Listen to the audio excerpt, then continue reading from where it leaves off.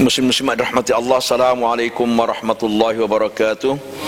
Alhamdulillah, sama-sama kita memanjatkan syukur kehadrat Allah Subhanahu wa taala dengan limpah rahmat izin Allah, dianugerahkan kita kesihatan, keafiatan, dianugerahkan kita kelapangan masa, dapat kita sama-sama berada di rumah Allah pada pagi ini untuk meneruskan siri daripada kursus-kursus manasik haji kita, insya-Allah. Semoga kita mendapat rahmat, pimpinan, bimbingan Allah Subhanahu wa taala, dianugerahkan kita kepahaman, dianugerahkan kita kekuatan, dapat mengamalkan apa yang kita pelajari, insya-Allah. Dan kita mengharapkan semoga kita diterima oleh Allah Ta'ala sebagai hamba-Nya yang saleh dan salihah, insya-Allah. Sebagaimana biasa, kita mulakan kursus kita dengan sama-sama bertalbiyah. Labbaik Allahumma labbaik, labbaik la syarika laka labbaik,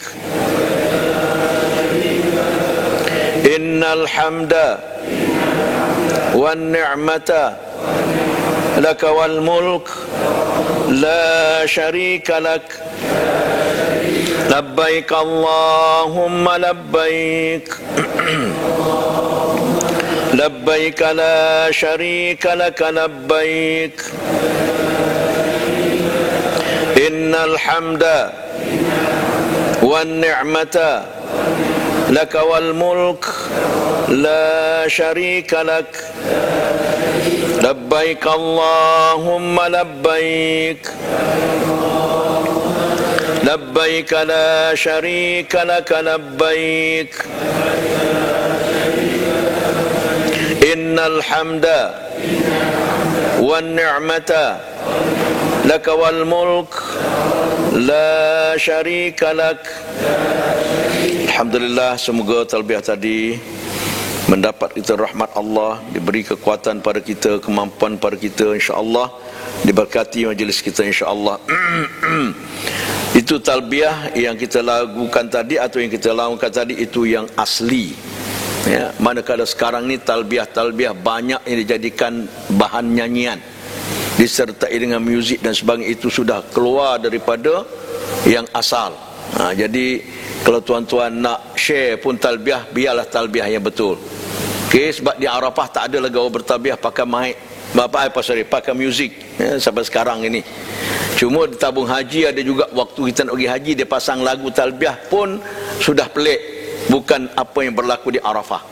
Wallahu a'lam bissawab. Jadi saya tak suka yang yang dah modify ini, sehingga keaslian dia dah hilang. Tu yang kita takut, daripada ibadah jadi sukaria.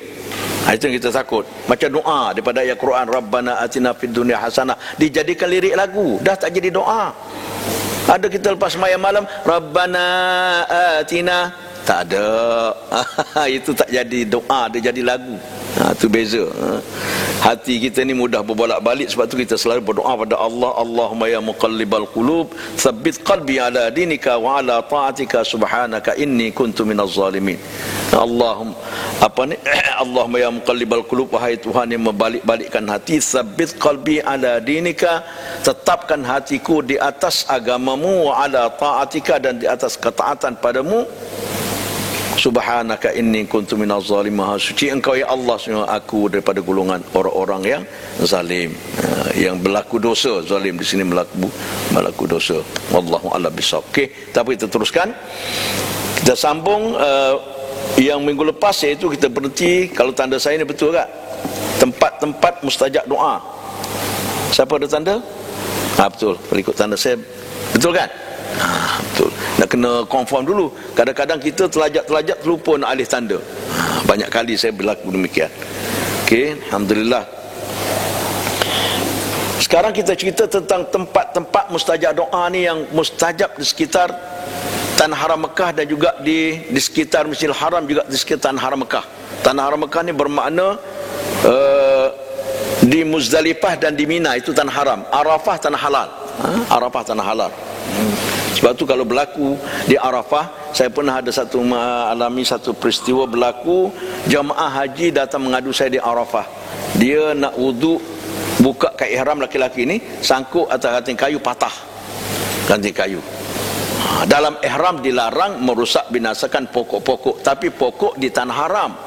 Di Arafah tanah halal. Jadi saya kata tuan, tak ada dam, tak ada apa. Pasal ini tanah halal. Ya ke ustaz? Pula dah. Tak percaya pula kan. Okey, tak apa. Mana ni? Okey. Tempat saya doa pertama, dah ketiga dah. Macam mana dia lagi? Okey. Semasa tawaf. Sebab tu semasa tawaf kita berdoa. Syarat sah tawaf tak ada sangkut paut dengan doa. Doa tu sunat. Tapi kerana mustajab doa semasa tawaf, kita nak ambil kesempatan tempat yang mustajab, masa yang mustajab, maka kita berdoa. Ulama pula takut kita tak tahu nak buat apa, dah panjang sangat kita tahu ni, maka dia susunlah doa. Dalam buku-buku tu doa-doa disusun oleh para ulama. Doa yang ada penas daripada Nabi hanya satu je, antara rukun yang mana dengan rukun Hajar Aswad, Rabbana atina fid dunya hasanah wa fil akhirati hasanah wa qina adzabannar. Itu yang lain tu tolong ulama aturkan supaya kita tahu boleh kita berdoa. Doa dia pendek je, ya kan? Ya, pendek je. Kalau musim haji kita tawaf panjang nak habis, lama nak habis tu, tak tahu buat apa kalau kita tak tambah doa kita sendiri, atau kita tak ulang-ulang baca doa. Okey. Saya sendiri saya buat selepas pada doa-doa yang ada dalam buku tu, pusingan pertama katalah, habis kita baca doa tu pendek je, doa tu suku perjalanan dah habis. Saya tambah doa saya sendiri. Banyakannya kalau pusingan pertama saya melafazkan rasa syukur pada Allah Ta'ala. Nak catat boleh catat. Pusingan pertama syukur, tambahan ya. Ya Allah Tuhan, aku bersyukur kau jemput aku jadi tetamu-Mu ya Allah. Ya Allah, jangan jadilah tawaf aku tawaf terakhir bagi hayatku ya Allah. Sekiranya umurku panjang, berilah peluang supaya aku boleh melakukan tawaf berkali-kali di rumah-Mu ni Allah. Jemputlah aku datang ke sini berkali-kali. Memang Engkau maha kuasa, memang Engkau maha kaya ya Allah. Jadi Engkau berkuasa menjemput aku dan Engkau memang maha kaya. Jadi ulang-ulang syukur kita datang, minta pada Allah datang, jangan jadikan tawaf kita terakhir. Itu pusingan pertama. Okey, tengah tawaf. Pusingan kedua, selepas baca doa dalam buku tu, saya tambah, ya Allah ya Tuhan, aku datang ni daripada jauh, aku bawa dosa banyak ya Allah. Ada dosa aku buat aku tak tahu pun itu dosa. Ada dosa aku tahu tapi aku degil. Mungkin ada dosa besar, ada dosa kecil. Ada dosa terang-terang, ada dosa tersembunyi dalam hati. Engkau maha mengetahui Allah, tolong ampunkan aku ya Allah. Aku sedar dan insaf ya Allah, dengan amal aku yang sedikit ini, dosa aku banyak, tak mungkin aku dapat masuk syurga-Mu ya Allah. Namun ya Allah, Engkau maha pengampun. Ampunlah aku ya Allah. Aku takut azab-Mu ya Allah. Tidak mampu aku nak masuk neraka ya Allah. Tolong ya Allah, ampun aku ya Allah, terima aku ya Allah. Berulang-ulang kali. Sebab tu kita boleh menangis, ya kan? Sedih kita kerana poin yang paling penting, semua doa yang ada di Arafah, di Mekah, di Mina, haji atau umrah, semua minta ampun. Yang lain-lain itu masuk kemudian. Okey? Orang berniaga nak untung berniaga itu masuk kemudian, kan? Saya senang je teori saya, apabila Allah Ta'ala rida maka kita senang. Senang ini subjektif. Naik motor kapcai senang, tidak mesti naik motor besar tu. Kapcai pun senang, hati lapang, boleh pergi masjid, boleh pergi surau. Itu makna senang. Makna senang kita mudah, kita nak patuh perintah Allah. Okey, boleh kita tinggal yang Allah Ta'ala tak suka. Sekecil mana sekalipun kita berusaha meninggalkan yang Allah Ta'ala tidak suka. Okey. Pusingan kedua. Pusingan ketiga khusus untuk mak ayah. Ya Allah ya Tuhan, aku mohon padamu ampun dosa mak aku ya Allah. Mak telah mengandung kepada aku, mak telah melahirkan aku, mak telah menyusukan aku, mak telah mendidik aku dengan penuh kasih sayang Allah. Mak tak makan kalau aku tak makan, mak tak tidur kalau anak tak tidur. Mak risau kalau anaknya tidak berjalan sebagaimana biasa. Ayah aku bekerja keras untuk kehidupan kami ya Allah. Belanja aku hidup, belajar dan sebagainya, tidak terbalas oleh aku akan jasa mereka ya Allah. Tidak mampu, melainkan aku mengadu padamu ya Allah, mohon ampun kepada mereka ya Allah. Senangi hidup mereka ya Allah.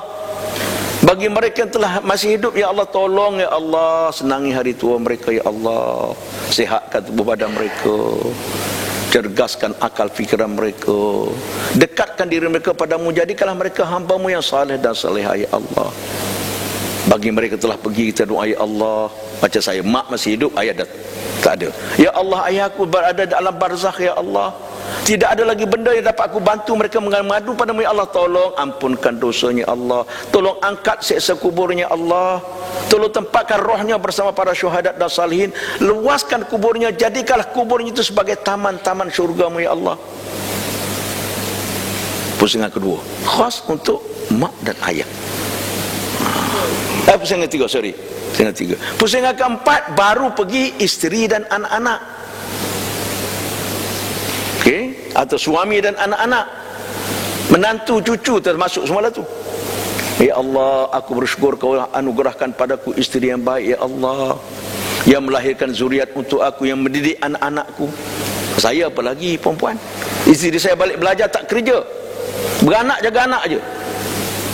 Perjanjian kami dulu, saya kerja, awak beranak dah jaga, belajar tinggi-tinggi, anak orang lain jaga. Tak guna. Itu saya punya lah, jangan pula tersinggung pula orang lain. Itu prinsip saya kan. Nah, isteri saya belajar pendidikan tinggi, belajar, yalah sarjana muda paling tidak. Anak suruh indun jaga, kan, makan sambil berlari, makan sambil berjalan. Tak apa. Lepas tu kami hidup tak senang, tidak macam orang lain lah, tidak mewah. Tak mewah nampak zahiriah, tapi hakikat batinnya gembira. Lepas tu anak saya ramai, 10. Kan, cucu saya ramai, dah nak masuk 27. Semalam tengok-tengok dalam komputer saya rusak, apa nama ni, pergi hantar apa ni banyak. Yalah, ambil orang rumah punya PC, nak sementara nak buat kerja ni, tertengok gambar lama-lama, tak kenal ni anak siapa cucu ni. Saya masuk dalam grup WhatsApp keluarga, ini anak siapa? Mak dia jawab, anak saya. Punya ramai. Dia doa untuk mereka. Pusingan keempat ya, keempat. Ya Allah Tuhan, aku bersyukur Kau anugerahku isteri yang baik, yang melahirkan zuriat untuk aku, mendidik anak-anak aku. Oleh kerana itu anugerah aku kekuatan ya Allah, supaya aku mampu memimpin mereka ke jalan yang Kau ridai. Mohon pada Allah, Allah Ta'ala beri kekuatan, kita nak pimpin ni. Oleh kerana itu ya Allah, anugerah aku ya Allah, jadikanlah kami semua hamba-hamba-Mu yang saleh dan salihah ya Allah. Lahirlah daripada zuriat kami ni zuriat-zuriat yang baik ya Allah.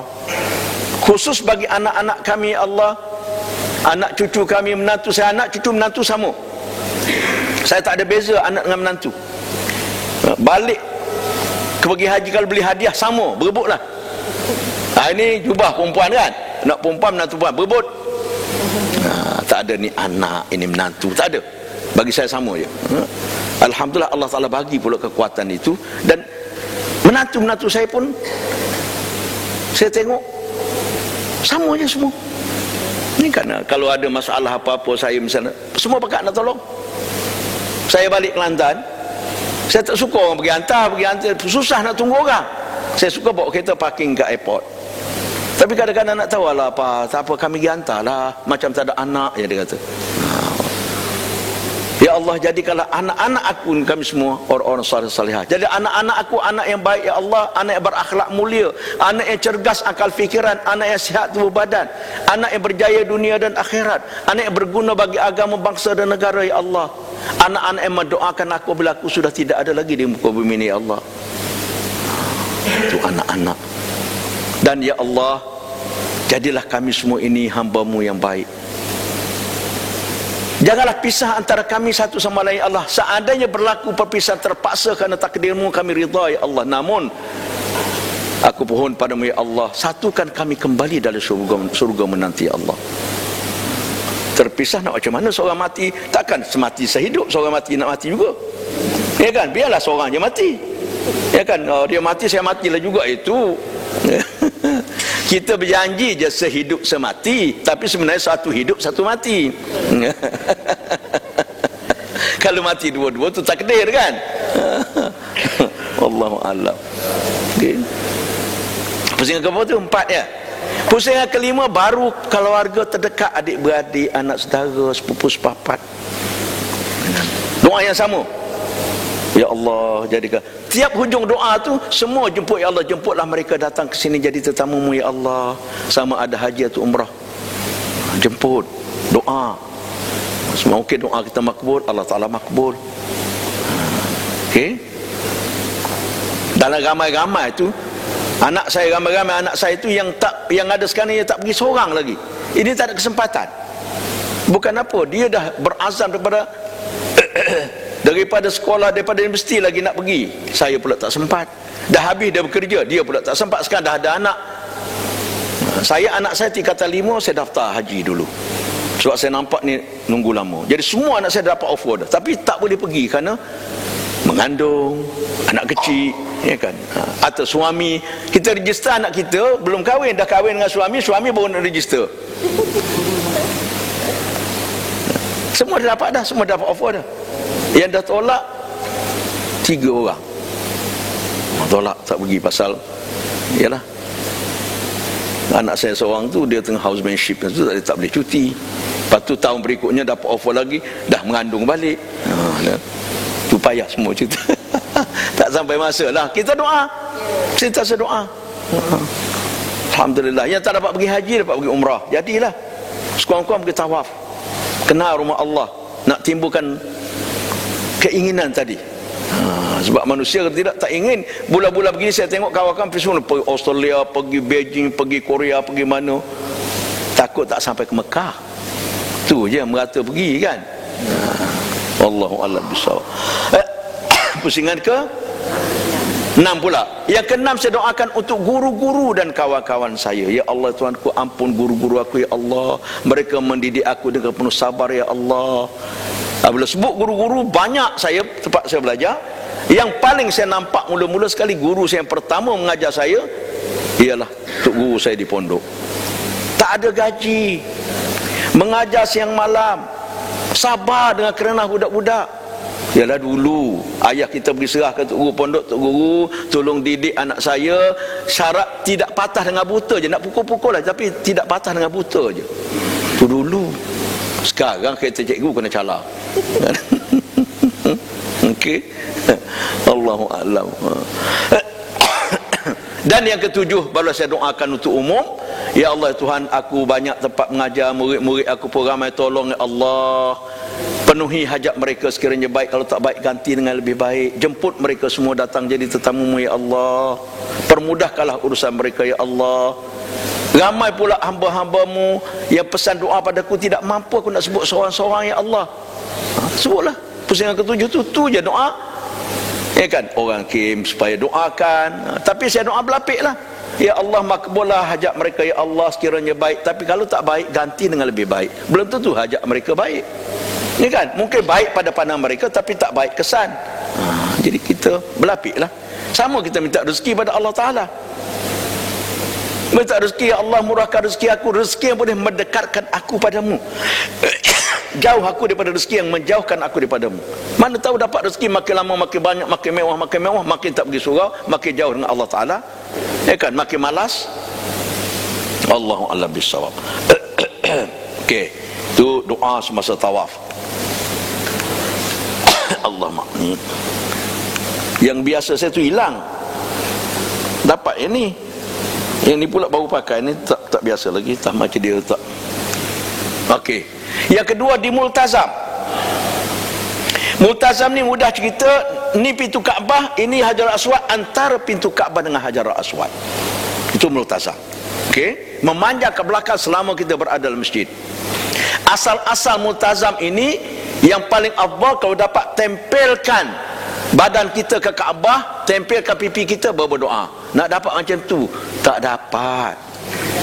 Payah. Yang dapat polis yang jaga ke situ dapat. Pasal dia.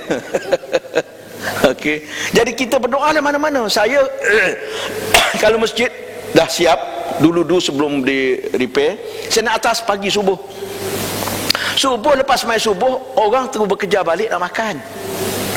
Hotel siap makan sampai pukul 9. Ya kan, waktu tu lah tak ada orang. Tapi saya tak pergi dekat, saya duduk jauh atas, depan mengatakan Multazam doa. Doa lah, sepuas-puas doa, tak ada siapa larang kita. Nak pergi tempel dekat mana dapat. Ya kan, kita berpada-pada lah. Allah Ta'ala tidak suruh kita menyusahkan sangat kan. Tapi kena ambil peluang. Peluang orang balik makan, orang apa semua, ketika itulah kita nak baca Quran, nak apa semua, nak berdoa. Waktu rem belum buka baru ni, ada rem apa nama ni, mataf, temporary mataf tu, saya naik atas tu, ke atas sekali. Berdoa sepuas-puasnya, tak ada siapa larang. Pukul berapa? Pukul 8 pagi. Orang tengah kenyang makan, dah kenyang ngantuk tidur. Ini kan. Okey, tu makna di multazam. Berdoa di multazam. Dalam buku ada doa khas multazam. Doa lah mana-mana tak apa.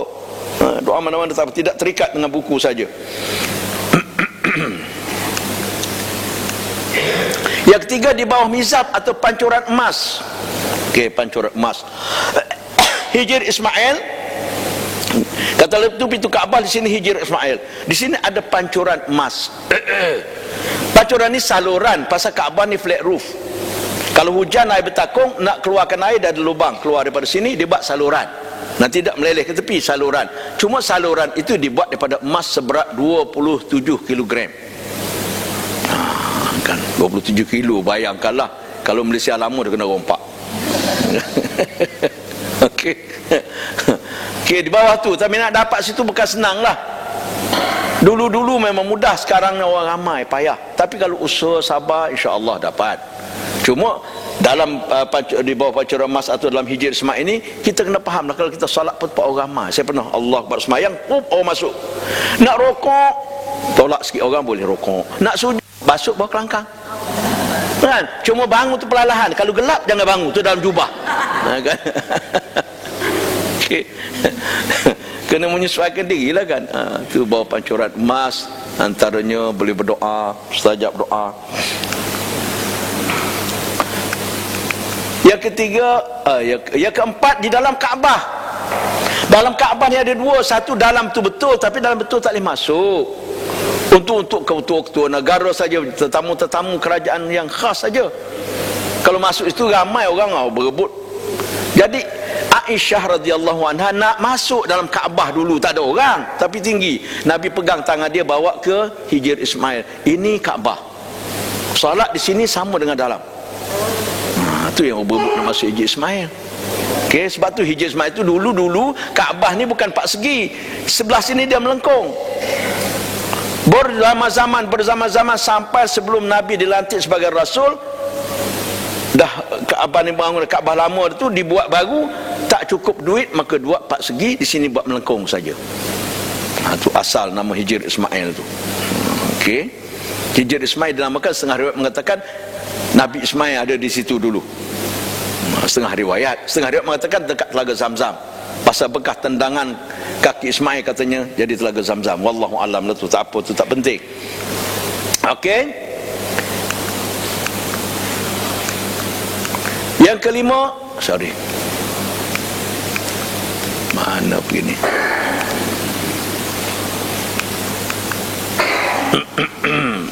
Tak ada jalan. Yang kelima, dekat Telaga Zamzam. Dulu Telaga Zamzam atas darat, betul. Mak saya pergi haji tahun 56. Atas darat nak ambil air Zamzam pakai puli, pakai timba. Tapi yang nguruskan itu hanya Bani Hashim, pasal Nabi pesan Bani Hashim yang nguruskan Zamzam. Maka mereka lah, dia tak bagi orang ambil sendiri air. Nak ambil banyak mana tak apa. Jadi mak saya kata dulu atas darat betul. Kemudian nak besarkan tempat tawaf, dia buang frame tu, masih ada sekarang di muzium. Dia buang tembaga tu, dia korek ke bawah, bawa turun ke bawah. Lepas tu dia mabulkan semua supaya tempat tawaf jadi besar. So dia tulis Bi'ru Zamzam atas tu. Bi'ru Zamzam. Ramai pula orang berhenti semayang atas penutup tu tadi.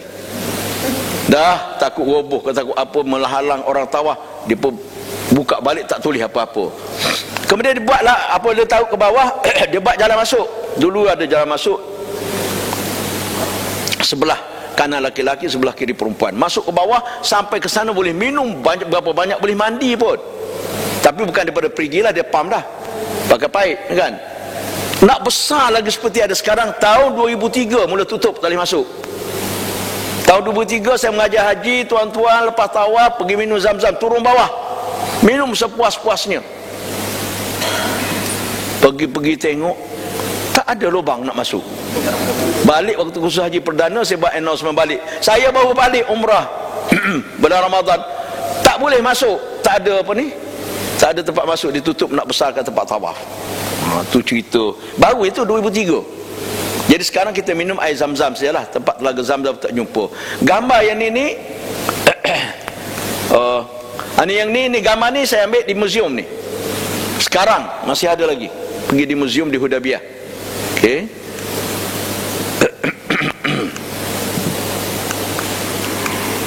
Dulu dia tutup, dia tulis Bi'ru Zam-Zam atas ni. Sekarang tak ada dah. Ni gambar ni saya ambil daripada gambar di muzium. Gambar tak gambar lah tu. Tak apalah. Allah Akbar, seksanya.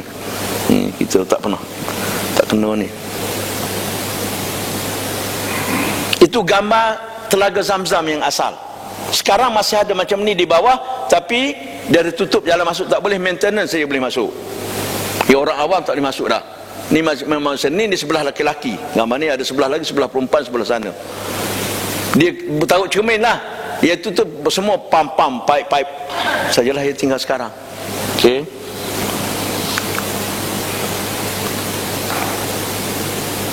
Yang keenam di Bukit Safa. Tempat bersyarat doa di Bukit Safa. Ada riwayat, ada pendapat mengatakan di Bukit Safa, Bukit Marwah ni selepas asar sehingga ke Maghrib. Jadi di bukit lah, tak payah naik batu. Zaman dulu sebelum dipagar, sebelum ditutup ni, orang naik atas batu, ada yang jatuh dan sebagainya.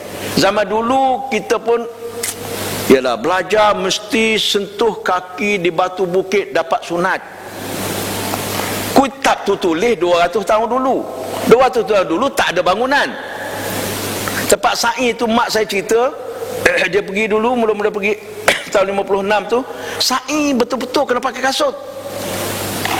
Tak ada apa, tak ada tutup, tak ada apa ni, betul naik bukit, batu-batu, ya kan? Batu turun. Nah gitu. Lepas tu dibangun. Mula-mula kerajaan Saudi tempat sa'i ni dia buat penutup bumbung daripada zinc. Panaslah, tapi teduhlah sikit daripada panas terus. Sebab kita orang lelaki, sebab tu dulu tawas sa'i pakai payung. Zaman dulu. Lepas tu dibuat bangunan. Buat bangunan zinc tadi dialihkan ke dekat Masjid Kuching. Orang pun berjual bawah zinc tu, jadilah nama Pasar Zinc. Dulu pergi, kat Pasar Zinc hotel saya duduk. Ada cerita tu sejak dekat Masjid Kuching. Lepas tu tak ada dah zinc tu, sekarang dengan masjid Kuching, Kuching pun tak ada dah. Okey. Jadi sekarang dah dalam bangunan. Bangunan pun dah dibesarkan. Dulu kecil. Bulang Alik tu kecil. Lepas tu dah orang ramai dibesarkan. Proses pembesaran di Mekah ni yang saya ingat, mula-mula dibesarkan tempat melontar. Sebab tiap tahun tempat melontar tu orang mati terpijak. Tiap tahun. Dulu bawah saja. Lepas tu dibuat 2 lapis. Atas bawah. Tapi jamarah tu kecil lah. Saya pergi haji tu dah 2 lapis, tapi saya melontar di bawah tu 5 kali masuk baru sampai. Masuk ni pegang isteri ni, tolak, zoom sampai ke ujung sana. Duduk, ya Allah, mintalah dimudahkan. Masuk lagi 5 kali. Melontar Jamrah Kubra itulah paling dahsyat, atau itulah cabaran paling hebat dulu. Tahun 2003 saya ada di sana. Ketika tu mati jamaah terpijak. Waktu 10 Zulhijjah tu 252 orang. Yang atas mati terjatuh, terimpit naik, berdemung ke bawah pun ada 252 orang. Sebelum tu peristiwa Mu'aisim. Peristiwa Mu'aisim sebelum tu lagi, tahun 90-an. Okey, lepas tu dibuat 2 terowong, satu terowong pergi, satu terowong balik. Mu'aisim tu peristiwa bukan mana susah sangat. Orang kata ada apa gitu, semua pakat lari. Bila pakat lari semua jam. Pegawai tabung haji pernah tu dia cerita kat saya, Jemaah kita tumbang, orang pun pijak. Isteri dia kata, tarik ji. Dia kata, saya kalau pergi tarik dengan saya. Dia rapat ke dinding lah. Tengok je lah nak buat apa. Pada masa tu lepas tu dia buat terowong 2. Habis tu berlaku peristiwa 2003 di Jamarah. Mati 252 orang. Lepas tu saya pergi 2004, dah baru. Macam sekarang lah besar, dibesarkan baru, tapi masih 2 tingkat. Nak masuk tak boleh. Waktu saya pergi umrah, bawa jemaah tak boleh masuk, tak dibenarkan masuk apa semua. Tahun 2005 saya pergi bertugas haji. Malam tu saya pergi pukul 2 pagi, pergi tengok Jamarah dah siap. Sempat ambil gambar 2 tingkat lagi. Habis 2005, 13 Zulhijjah kita balik pada Mina. 16 saya nak pergi ambil gambar sekali lagi. Waktu tu orang tak ada. 16 dah tinggal tiang sebatang kat tengah je, penanda je. Roboh balik, buatlah yang ada sekarang 5 tingkat. Sekarang ni ada 5 tingkat 4 melontar. Apa ni, basement itu untuk tetamu agung ke siapa pergi ke tetamu kerajaan Saudi lah. Ground floor untuk rakyat Saudi. Saudi dia jaga rakyat dia. Ground floor rakyat dia semua. First floor dulu kita Asia Tenggara. Dulu sebelum tahun 2012. First floor ni apa ni? Kita pergi. Jadi kita naik rem, terus pergi melontar. Ya, apa ni di tingkat 1. Tingkat 2, 3 dan sebagainya orang lain lah sampai bumbung. Tahun 2012 saya pergi, terawang dah berubah. Sebelum haji kami pergi melawat dulu tempat. Petugas-petugas kan dia bawa orang pergi tengok, terawang baru tak siap lagi. Sementara musim haji dia cat dulu, tak ada penutup pun, batu-batu lagi nampak.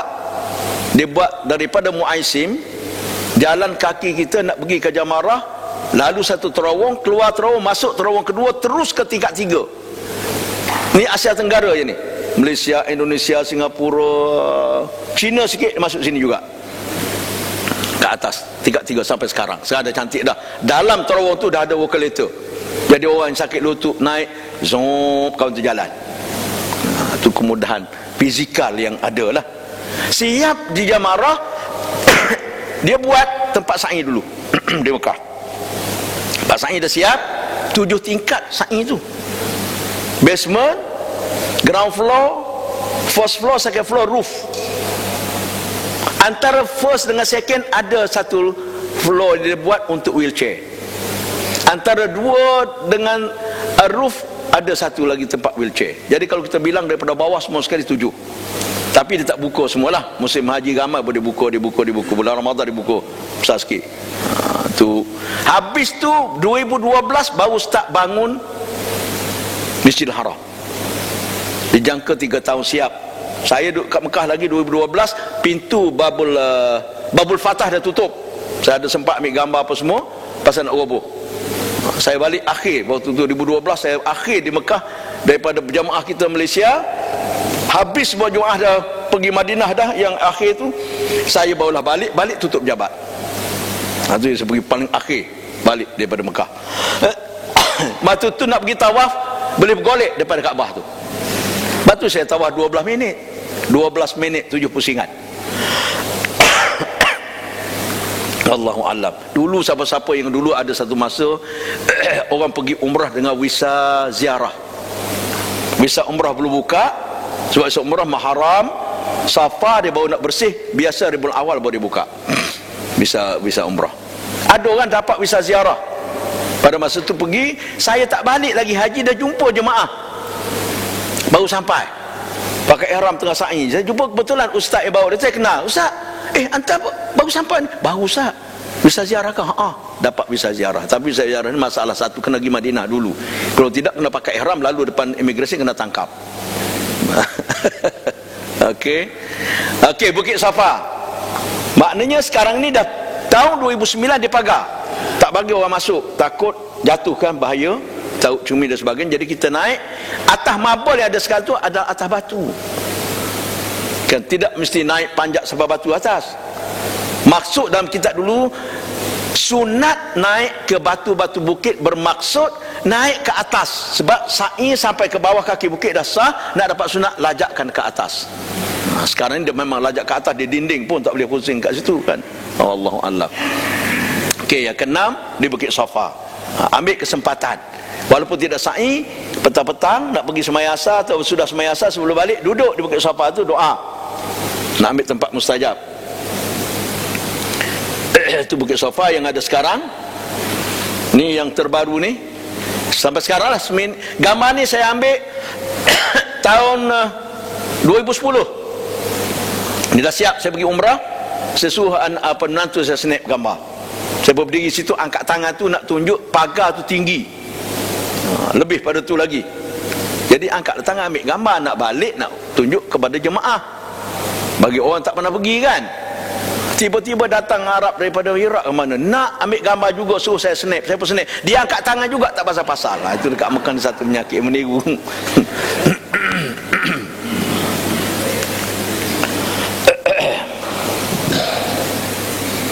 Yang ketujuh di Bukit Marwah. Bukit Marwah tidak mesti duduk atas batu tu. Marwah batu dia sama level dengan marble tu di Marwah. Batu tu pula sekarang dia nak suruh cantik, mudah dia nak urus, dia varnish. Mana licin lah, mudah nak sapu, mudah nak basuh. Bukit Safa ni salah seminggu sekali dia basuh, 3 mai basuh, nak bersihkan. Pasal abuk kat ihram ni banyak. Jadi Bukit Safa kalau kena musim haji tak nampak batu. Orang hitam pakai baju hitam duduk atas batu hitam. Tak nampak batu tu, orang penuh duduk. Dia mop untuk nak bersihkan. Jadi kalau tengok batu tu berair, jangan anggap batu ni berair. Memang mop, air mop tu. Ada jemaah balik cerita saya di pejabat tabah haji lah di Mekah. Ustaz, nak cerita ke ustaz lah, saya tengok batu di Safa ni berair je ustaz, dia kata. Saya nak kata tidak pun, kesian kat dia, cerita payah-payah kan. Ke? Dia kata. Sudah kat tu. Padahal batu tu baru mop, berair lah. Tahun 2004 ada jemaah kita jatuh atas batu tu, licin, terduduk, letak tulang punggung. Pergi Arafah bertungkap meja tu, Arafah. Tu jadi payah pijak lah. Pijak buat apa? Nak rasa boleh, pergi tengok tak ada air, pijak lah. Waktu orang tak ada, kalau berbuk-buk tak payah lah, buat apa kan. Sebab kita ni banyak pergi Mekah ni duk dengar cerita mulut ke mulut, tak tahu fadilat tak apa. Orang kata sampai sana kamu pijak batu tu, tak tanya dia kenapa kena pijak, mana dalil, tak cerita dah. Yang ketujuh, semasa sa'i doa. Mustajab doa semasa sa'i itu panjang, antara Safa dengan Marwah jarak 420 meter. Tak larat nak berdoa kita, doa lah. Tak usahlah bahasa Arab, baca doa yang ada dalam buku tu bahasa Arab, bacalah. Dah nak bahasa Arab sangat, tapi yang lain bahasa Melayu je lah. Nak tunggu bahasa Arab pergi ke Mekah 5 tahun kita, nak belajar bahasa lagi, nak faham makna lagi kan. Yang tak boleh cakap Melayu ni dalam solat je. Semasa tawaf, semasa sa'i. Sebab tu Nabi kata tawaf dengan solat sama, kecuali dalam tawaf boleh bercakap. Mana boleh tanya, pusing ke berapa ni bang? 3, boleh tawaf. Semaya jangan pasal, bang rakaat ke berapa dah ni?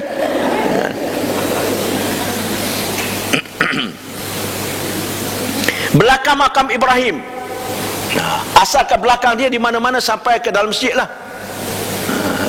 Di belakang makam. Sebab tu kita semai sunat tawaf, sunat di belakang makam Ibrahim. Tak dapat boleh solat di mana-mana asalkan dalam masjid. Tak dapat masjid penuh, masjid boleh solat di dataran, di tanah haram boleh. Tapi keluar tanah haram tak boleh lah, nak solat di Malaysia tak boleh lah kan? Okay. Jangan ekstrim sangatlah sampai bubut-bubut. Kadang-kadang itu masalahnya. Yang ke-10 di dataran Arafah semasa wukuf. Okay, di Arafah semasa wukuf, masuk waktu wukuf sampai kita keluar daripada Arafah sampai subuh pagi esok, itu masa mustajab doa. Sekali sahaja setahun. Pergi sekarang tak ada apa, bid'ah je lebih. Pergi berdoa menghadap ke batu Bukit Jabal Rahmah. Siapa suruh menghadap ke batu ni? Batu kif lah, batu. Saya tanya seorang ustaz kawan saya, jemaah dah turun bas, saya pun beritahu jemaah nak doa nak apa terpulang, tapi kena ikut tata cara berdoa lah. Jangan ngadap ke batu. Kiblat dia tunjuk arah kiblat. Ngadap kiblat berdoa. Ustaz tak ikutlah, biarlah dia orang pergi panah malah saya. Lepas tu Ustaz, saya pun sama juga. Saya suruh dia orang berdoa je. Ustaz pesan tak? Doa jangan ngadap ke batu. Alamak lupa. Dah nak jadi batu kif saya kata. Ada orang pesan pergi umrah. Jarang manusia pesan. Berdoa. Doa mustajab di Arafah hanya masa wukuf sahaja. Masa lain tu sama dia tempat mana-mana pun. Tidak termasuk tempat istimewa lah. Kita pergi nak tengok sejarah tu lain cerita. Okey? Itu tempat saya doa semasa wukuf di Arafah. Sebab tu saya sampai 8 Zulhijjah kita malam tu saya kata ke jemaah semua rehat supaya besok kita boleh ibadah dengan baik. Ada orang bertanding-tanding syarikat dia nak jual syarikat. Dia buat mesti lebih pada orang. Malam tu buat qiyamul lail lah, buat apa lah, berlawan-lawan. Saya tanya Nabi buat apa malam ni? Kita nak ibadah kena ikut Nabi. Nabi buat apa? Nabi tak ada situ pun. Nabi di Mina. Nabi 8 Zulhijjah bergerak daripada Mekah ke Mina. Bermalam di Mina. Nabi semua semayang kasar. Nabi tidur je malam tu. Pasal besok nak wukuf. Jadi patutnya kita jangan berjaga. Yang pelik malam tu berjaga, besok waktu orang wukuf dia tidur. Tidur. Dah malam mengantuk. Masa kata imam jangan, kalau nak bangun qiyam pun jangan bising, buatlah seorang-seorang. Kita dah biasa bangun tahajud malam kan, kata nak bangunlah, tapi buat seorang-seorang. Kita mazhab Syafi'i daripada Arafah terus ke Mekah, daripada Mekah terus ke Arafah, tidak lalu Mina. Sebab perbuatan Nabi ke Mina tu beza pendapat antara mazhab. Mazhab Syafi'i sunat, mazhab mazhab Hanafi wajib. Mereka wajib bermalam di Mina pada 8 Zulhijjah. Tu Hanafi. Tapi mereka tidak wajib bermalam di Muzdalifah. Sunat saja. Kita bermalam di Mina 8 Zulhijjah sunat, bermalam di Muzdalifah wajib. Sebab tu kita nak cepat, takut jam apa semua, terus pergi ke Arafah terus pada 8 Zulhijjah. Tu beza. Tak apa, besok kita ulang balik. Tu cerita sementara dulu. Okey. Lan dah nak angkat tangan tu saya nampak. Okey. Nak habis sikit Lan. Di Muzdalifah, semasa mabit di Muzdalifah. Okey, berdoa di situ. Itu tempat mustajab doa. Cuma kita di Muzdalifah ni Nabi pun berdoa sikit tu Nabi tidur. Letih. Kita dah berdoa di Arafah sepanjang hari daripada Zuhur sampai Maghrib. Okey, di Muzdalifah tu sampai berdoa sikit tu tidur. Nabi pun tidur. Yang ke-12 di Mina ni boleh berdoa banyak ni. 3 hari 3 malam di Mina ni. Okey, di Mina semasa hari 11, 12 dan 13 Zulhijjah, semasa kita bermabit di Mina. Ni gambar di Mina lah, ni dalam kemah apa semua ni. Saya akan ulang balik waktu cerita mabit nanti. Kemudian di Jamrah Sughra, melontar Jamrah Sughra. Berapa kali Jamrah Sughra kita melontar? Tanya dulu, pengajar tak lagi tanya dia, Ustaz tak adil. 4 kali kita melontar. Okey, hari 10 Jamrah Sughra. Ya, sorry. Sughra 3 kali. Yang 4 kali kubra. Hari 11, hari 12, hari 13 kita melontar Sughra tadi. Begitu juga di kubra, di wusta yang tengah. Sama juga yang banyak melontar di Jamrah Kubra. Pasal 10 Zulhijjah kita melontar untuk tahlul awal, 11 kita melontar, 12 kita melontar, 13 kita melontar kalau kita buat nafar tsani. Nafar awal, nafar tsani kita akan bincang semua tu nanti insya-Allah. Itulah 15 tempat mustajab doa. Ingat tu. Catat elok-elok. Bawa buku tak apa, pergi murah besok, pergi haji besok. Tengok situ balik. Bulan kaji balik. Walaupun di sana tu ada ceramah. Di sana pun ada ceramah. Jadi tengok tak tengok sudah pukul 10 suku. Betul kan Ilan? Betul lah, mana kita break minum tak? Kita berhentilah minum sekejap. Kan? Upah penat. Pasal apa? Dah berdoa banyak tadi. 15 tempat berdoa. Letih, minum dulu. Tentang falsafah haji sekejap sikit kita tengok. Pertama, memperbarui syariat Nabi Allah Ibrahim AS. Sebagaimana saya cerita itu, haji tidak terlepas daripada cerita Nabi Ibrahim. Syariat itu asal pada Nabi Ibrahim. Kemudian proses, akhir sekali banyak yang mencong, akhir sekali sesak barat. Sehingga di Kaabah tu ada berhala dan sebagainya. Dia samalah apabila tidak. Sekarang ini Nabi dah lama meninggal, dah wafat kan. Tapi ada mujaddid dia datang kemudian yang membawa balik kita semula kepada sumber yang asal. Sebab dalam ibadah kita pun dah ada modifikasi. Ya kan? Jadi yang tu jadi makin hanyut. Okay. Kena ada mujaddid dia datang ni untuk membawa semula kita ke asal, kepada ibadah yang asal. Jadi syariat asalnya Nabi Ibrahim AS kemudian diperbarui semula oleh Rasulullah sallallahu alaihi wasallam di atas perintah Allah Subhanahu wa taala. Diwajibkan pada tahun kelima hijrah. Perintah mengerjakan haji ini pada tahun kelima hijrah lagi turun perintah, tapi pelaksanaannya pada tahun ke-9 hijrah. Kumpulan pertama dipimpin oleh Sayyidina Abu Bakar radhiyallahu anhu. Okey, tu 4 tahun kemudian. Okey, postpone kerana masalah nak pergi ke Mekah susah dan sebagainya. Maka tahun ke-9 barulah kumpulan haji pertama pergi.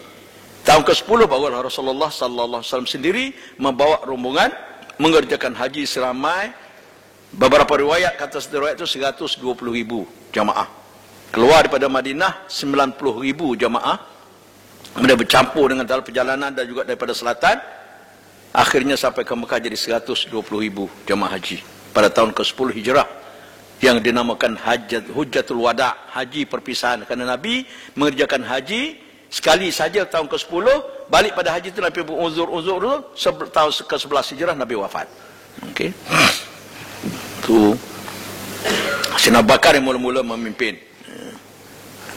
Kemudian pergi haji seperti menuju kematian. Kita pergi haji ni seolah-olah nak bersih diri tu mati je kita. Ada dua maksud tu. Pertama, pergi cara fizikal mungkin mati. Sekarang ini orang pergi sekejap 40 hari, paling lama 52 hari kalau tengok jadual penerbangan sekarang. Zaman dulu 6 bulan. Pergi tak tahu balik tak balik ni. Ada saudara saya, nenek, peringkat nenek pada saya lah pergi. Nak naik daripada Kelantan, nak naik kapal tak ada, kena naik di Naratiwat sekarang. Nama asal pekan Naratiwat ni Menara. Tu nama Melayunya. Manara ni ada bahasa Arab, Manaran bermakna rumah api. Tepi laut ada rumah api, itu Manara. Naik sana pergi tak tahu balik tak balik. Tiba-tiba balik. 6 bulan kemudian balik. Tu mati pergi.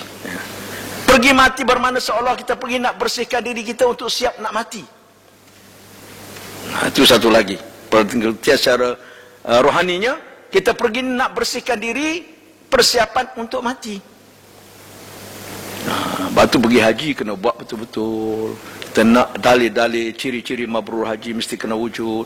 Berusaha, berdoa untuk dapat haji mabrur ni. Tidak boleh gitu saja. Wallahu a'lam.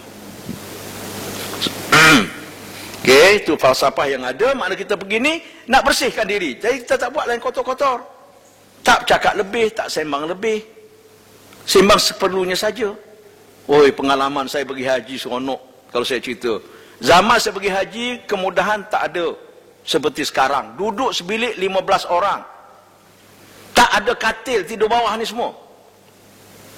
Sembang 15 orang, bayanglah macam mana sembang. Nak avoid daripada sembang ni macam mana, takut orang tersinggung. Saya pakat rumah, kita pergi masjid balik lambat. Pergi awal balik lambat. Pergi awal. Pukul 10 pergi dah Zuhur. Iktikaf, baca Quran apa semua. Lepas Zuhur, lepas maya jenazah, paling cepat setengah jam. Ada dua sebab. Pertama, kita keluar pintu dah tak berebut. Kalau tidak berebut, laki perempuan berlanggar, berdebang. Apabila berlanggar, ada dua. Satu seronok, satu geram. Ya kan? Ya seronok kata kalau seronok. Kalau tidak benci, impik, celaka punya. Berapa banyak dosa kat situ. Kan? Kita lagi buat haji. Dalam ihram pula tu. Balik lambat. Dah lengang. Zaman dulu tak ada handphone. Jadi awak tunggu kat pintu ni. Pergilah kita cari bini. Ya kan, tengok kat pintu. Tengok pakai telekong Malaysia. Jangan cuit dulu bini orang mungkin. Kena tengok ke depan. Betul tak betul bini kita? Balik ke hotel. Sampai di hotel aman. Kalau balik awal, berebut naik lift, sakit hati lagi. Dosa lagi. Balik orang tak ada, naik ringan. Beli makanan sikit. Dah tentu makanan dah habis. Dulu bukan packing, dulu dalam tong. Balik-balik tengah tulang ni. Beli makanan. Suami isteri beli makanan, belilah sikit makan-makan dengan kawan-kawan di bilik. Ya kan, nak apa ni, nak bodek hati ni. Takut Allah ustaz ni tak campur dengan orang. Dia tak tahu saya ustaz pun pada masa tu kan. Tak campur orang apa semua, keros sumbang tak keros sumbang, macam-macam dia berdosa ni kan, ngumpat ni. Beli pisang ke beli apa. Okey, dia orang dah mamai dah balik ni. Dah kenyang nak balik. Kita masuk, okey pisang ada sila makan ni. Okey ustaz, okey dah kenal seminggu duduk setahun dah ustaz, ada orang panggil. Kita pun tak sempat nak ngumpat siapa-siapa letak belakang buk, tidur je. Kan. Kita bangun orang masih tidur. Jadi amanlah kita. Tak nanti tahu lah 15 orang duduk 6 orang sebilik pun, kelahi pun kat situlah, berkawan kat situlah, balik sampai Malaysia baik pun ada, balik tak bertegur sampai Malaysia pun ada, macam-macam cerita. Wallahu a'lam. Hikmah haji pertama, perpaduan umat Islam sejagat. Datang daripada seluruh pelosok dunia, jumpa ke sana, boleh jumpa ramainya orang Islam. Kedak? Kita pun tak tahu. Saya pergi dulu jumpa Cina tak ramai masa tu. Satu masa saya naik nak sembahyang Zuhur, agak lambat sikit, nak cari tempat, dah penuh, cari orang kita tak kenal. Mudah nak minta tolong. Saya kalau masjid penuh sikit, nak duduk tempat yang supaya boleh solat elok atau ada tempat, cari orang India, Pakistan, Arab atau mungkin Cina, Afrika. Jangan cari Asia. Cari Asia Tenggara ni jahat je ni, sikit orang ni. Duduk bersela dia kangkang habis. Dia pesan kawan, kangkang kuat, jangan bagi dia masuk. Orang India bagus, kita duduk celah ini. Kadang berdiri kan boleh masuk celah. Takbir Allah, biasalah. Dah orang ramai kan. Orang kita muncung dah, kalau takbir dia macam ni muncung. Apa semua marah kan. Dia biasa kat Malaysia kan, kalau kita impit, dia lari. Kita impit dia lari. Lari sekarang. Apa impit-impit sana luar lagi? Itu dah dia biasa macam tu. Cari saya ke kumpulan ada Cina. Assalamualaikum salam. Saya kata, di Arab, isyarat ke sana, minta sikit. Nak solat 2 rakaat je. Dia buka sikit, solat 2 rakaat. Boleh sujud. Lepas tu kita duduk di belakang dia. Saya tanya dia, Malaysia. Oh, China. Saya pun peluk dia. Peluk dia menangis, ada orang peluk. Pasal Cina dulu duduk berapa kilometer ni dengan masjid. Kaki dia semua tampal. Pecah-pecah, taruh apa ni, plaster. Dulu kita peluk dia menangis. Allah, ada maknanya terasa dia. Ada orang Islam yang bukan bangsa dia sanggup peluk dia walaupun tak kenal. Itu biasa. Lepas tu kadang-kadang kita kena peluk, tu biasa. Saya biasa India lah, mungkin ada rupa India kot. Datang gerak-gerak cakap dulu, kita senyum je lah kan. Tak tahu. Okey, perpaduan umat Islam sejagat, insya-Allah. Pengorbanan kerana Allah. Semua pergi haji mesti susah, tak ada pergi haji senang. Sesenang-senang pun akan susah. Sepengalaman saya tu 2015 lah. Terakhir saya bertugas haji tahun 2015. Kumpulan yang bayar mahal ni, package Almas, tabung haji Travel package Almas ni kalau waktu tu 120,000 seorang. Sekarang 135,000. Lemas lah memang. Bagi kita lemah lah kan. Patut tak jalan kaki, tapi Allah Ta'ala katakan kena jalan kaki. Dah rempuhan berlaku di Mina. Nak pergi ke kemah, turun bas, kena jalan kaki. Nak merepek ke siapa? Bayar mahal. Saya pesan pada jemaah dulu, apa kami bayar mahal-mahal, kenapa jam? Oi, dia ingat bas pakai mahal ni ada kipas angin, boleh terbang lompat bahawa lain. Tak boleh. Kena rida. Pengorbanan itu adalah untuk Allah, bukan untuk manusia. Pergi tempat orang ramai, kita kena berkorban lah. Tapi Yang kita pun jangan ngada-ngada pula. Ada jemaah tanya, Ustaz, kenapa kita barang tak angkut dengan lori? Orang tu boleh angkut dengan lori. Saya kata, orang tu bayar package berapa puluh ribu. Tuan bayar berapa ribu subsidi lebih mahal daripada kita bayar. Kan? Sekarang orang pergi pertama kali 10 ribu kan? Harga sebenar 18.900. 19 ribu lah. Senang cerita. Bulat 19 ribu. Maknanya, kita bayar 10 ribu. 9 ribu orang subsidi. Hotel kita tak lepas nak bayar dengan duit kita bayar. Pernah saya duduk satu hotel dulu, harga satu katil 6,000. Ada 6 katil, mana satu bilik tu 36,000 harga katil saja. Jemaah bayar 7,000 pada masa 9,000 pada masa tu, harga katil 6,000, 3,000 tambah kapal terbang, makan free. Ya kan? Naik bas free kalau kira. Subsidi lah tu. Tapi tak sedar ada juga. Tak sedar dia marah lagi. Macam ni kau makan? Dia kata, Allah, orang makan beri sedekah dah pun. Tak payah mepek, tak sedap beli lain. Tu je. Ya kan? Rasa tak sedap lah beli lain kan? Tapi saya tak belilah. Dulu saya suka beli. Orang petani banyak jual nasi lemak, jual nasi dagang, jual nasi kerabu. Satu tahun tu, saya dengan rumah saya. Keluar masjid subuh tu, tengok penjual-penjual ni kena kejar di penguatkuasa. Baca dia lagi lah. Lagi-lagi dia masuk datang siapa pun. Makanan ni semua dalam plastik. Bukan makanan tu, plastik dah bungkus 2-3 lapis masuk. Saya kata, tunggu sini nak tengok apa jadi makanan ni.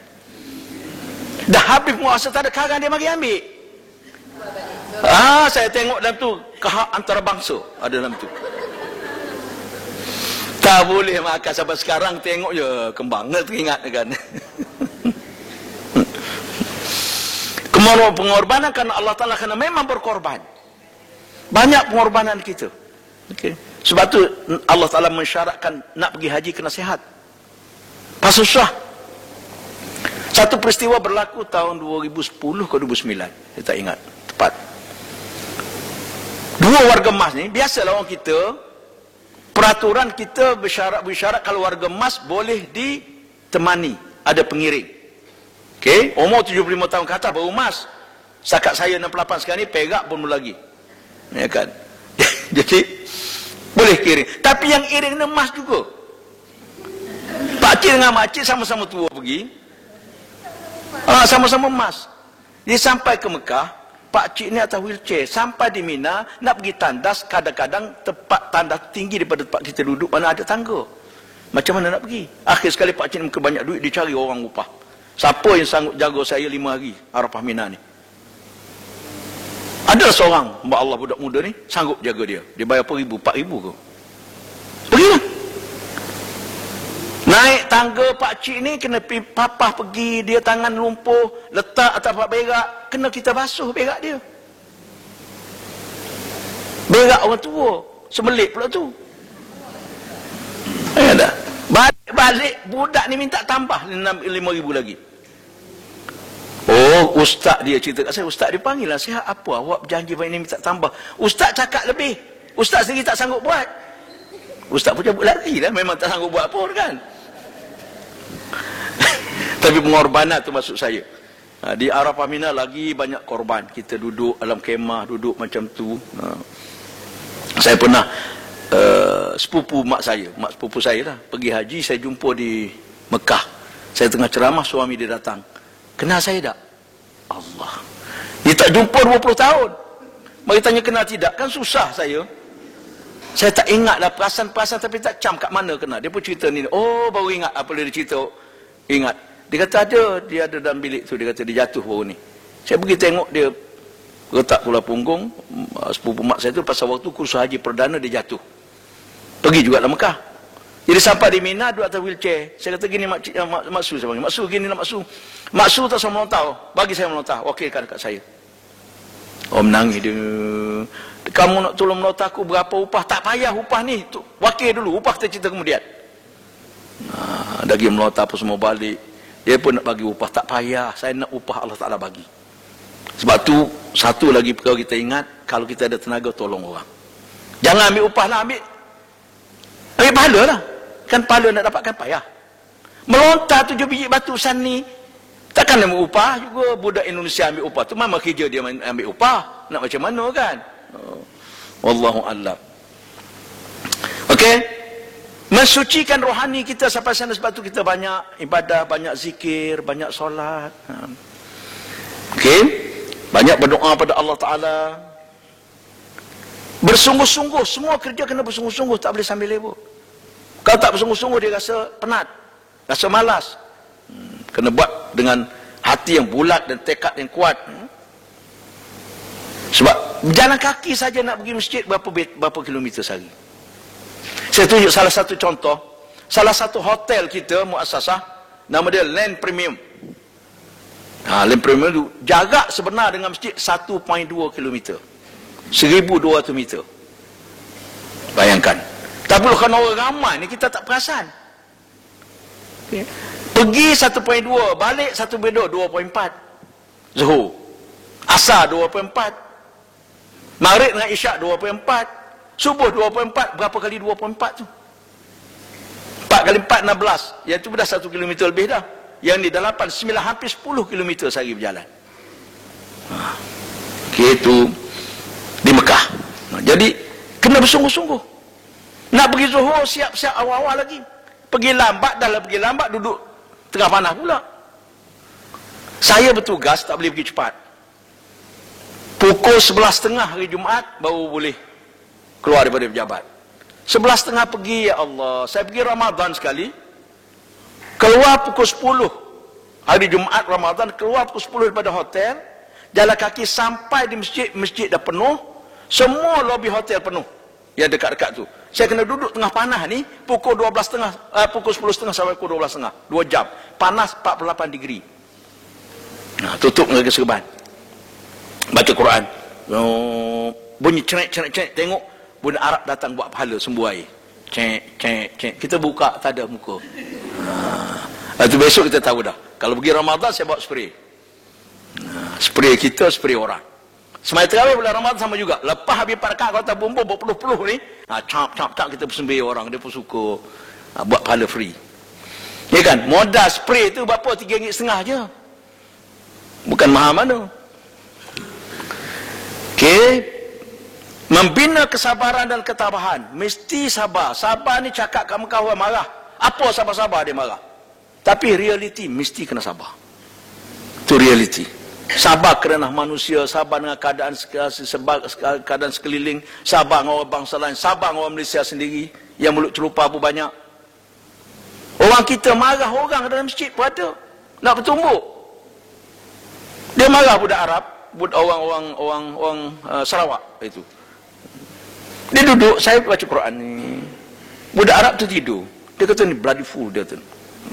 Dia sumpah budak Arab bahasa Inggeris. Dia tahu Arab tu reti. Bang tunjuk Arab tu atas muka dia.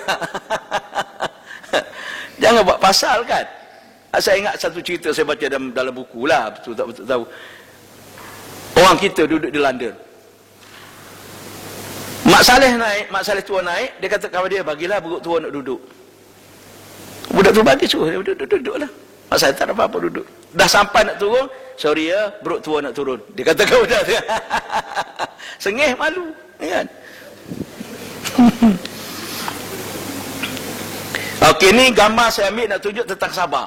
Gambar ni saya ambil tahun 2003 di Mina. Pada masa tu saya bertugas di satu tempat namanya Muhassir. Jarak daripada kemah ni ke tempat melontar Jamratul Aqabah 7 km. Pergi balik 14 km. Okey, saya pergi tahu tu, saya duduk di Masjid Kuching. Dekat dengan masjid dan 200 meter dengan masjid. Satu-satunya muassasah yang paling dekat. Saya kata ni ada benda pelik ni. Jadi dekat nak pergi Arafah Mina baru saya tahu saya kena bertugas di Muhassir. Jadi kita ceramah dengan jemaah beritahu tuan-tuan kena bersyukur tak ada lagi orang paling dekat dengan kita kalau muassasah. Belakang kita ni package. Kita depan pada package lagi. Kena bersyukur dekat negeri Arafah ceramah saya balik tuan-tuan. Allah Ta'ala nak bagi pahala banyak juga kat kita. Pergi masjid hari-hari pahala tak banyak. Jalan pendek je. Jadi kita duduk kat Mina. 5 hari je selama kita ada Mekah ni. Kita duduk jauh daripada orang lain. Tak cerita 7 km kot pensan. Kita jauh je. Ya kan? Duduk. Jadi waktu 13 Zulhijjah. Saya kata, okey tuan-tuan, saya pergi pagi-pagi melontar. Nak balik ni. Sebenarnya kami himpun. Waktu tu saya himpun. 10 hari bulan Zulhijjah pergi malam tu melontar dulu. Dah melontar balik. Balik, ada yang kaki dah bengkak, ada dah macam-macam lah. 14 km pergi balik. Kan? Bengkak, saya tengok kat kemah seorang, pakcik ni, kakak ni, isteri dia tengah bersih kaki dia. Kenapa Haji? Oh bengkak lah kaki ustaz, dia kata.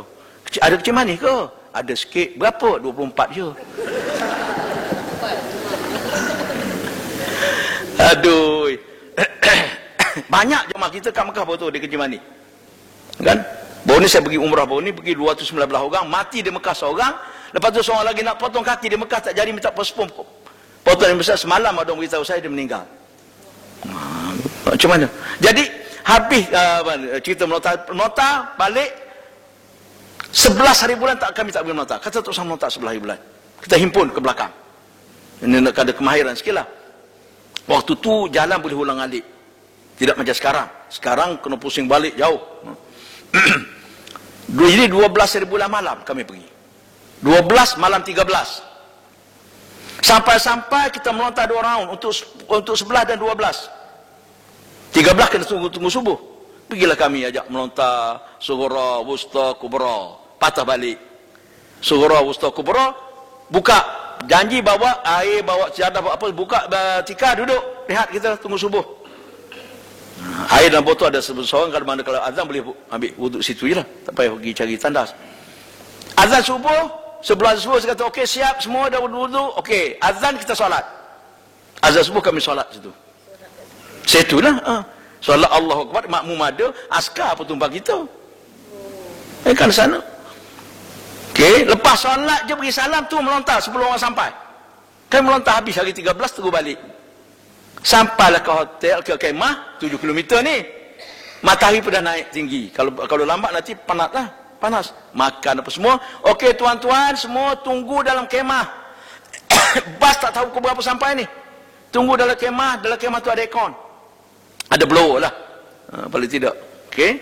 Ni ada dalam kemah. Yang lain semua tak ada kat situ. Ada kat mana? Sekejap tertunjuk. Tepi kemah. Tunggu bas. Tu bayar-bayar kemah. Matahari tak panas sangat lagi tu. Boleh lagi berlindung. Makin sejam, 2 jam. Tu 3 jam. Kalau saya lalu situ, Ustaz, bas kat mana? Saya pun tak tahu tuan. Ustaz tak tahu juga. Tadi kita dah pesan, jangan tunggu sini panas. Ya kan? Tunggu kat kemah, tunggulah. Tengok sampai tunggu sampai semua ada dekat. Dah panas dah tu. Dah mengantuk tu. Tadi lalu tu kena marah. Tengok tunggu. Tengok pakcik ni. Tunggu punya pakcik dah panas. Selak kain nasib baik tak nampak barang lain. Sampai bah berebut nak naik berkelahi-kelahi. Lepas tu saya kata habis haji syaitan kerja dia nak semarakkan perkelahian kita supaya pahala kita tinggal sikit. Balik kita tak tahu ada banyak mana lagi dah. Tu berebut naik bas berebut apa padahal tak payah berebut. Itulah. Okey, ibadah haji melahirkan pertama sifat terpuji yang kita nak cari ialah sabar kita. Kesabaran kita.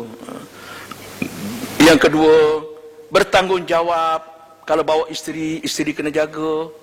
Lepas tu kalau saya sendiri pergi haji, saya tak bagi isteri saya pergi masjid seorang dia pasal tanggungjawab saya. Pergi sama-sama. Balik sama-sama. Ini pergi geng bini pergi. Geng suami, geng roti canai pergi geng roti canai. Lepas tu bini dia hilang, isteri saya tak balik lagi lah. Jadi kita nak tanya lebih takut nak marah. Awak mari buat apa? Janji nak jaga bini. Haram kan? Tanggungjawab. Tu kena bertanggungjawab lah maknanya. Jangan isteri kita hilang, kita marah ke orang. Apa dah tabung haji tak jaga bini saya hilang? Pula dah. Tolong menolong. Coba ini kena tolong menolong dalam ibadah khususnya terutama sekali. Tapi sekarang kemudahan dah makin banyak lah. Dulu di Arafah tak ada lorong. Kalau wheelchair kena tarik 2 orang baru lepas.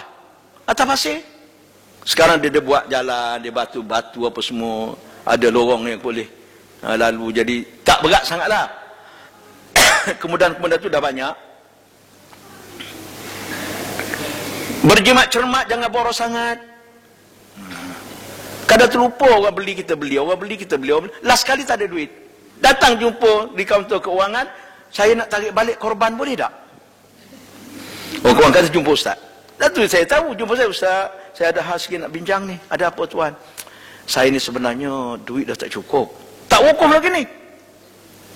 Boleh tak saya nak tarik balik duit korban, nak post barang? Tak cukup duit. Belum wukuf. Kalau miskin tak apa. Selama saya bertugas 12 tahun saya bertugas. Selama saya bertugas sekali saya jumpa betul-betul orang miskin. Tahun 2003. Pak Cik ni datang kat saya, pejabat, ustaz, saya nak numpang tanya, oh tuan ni jalan, saya nak bayar dam.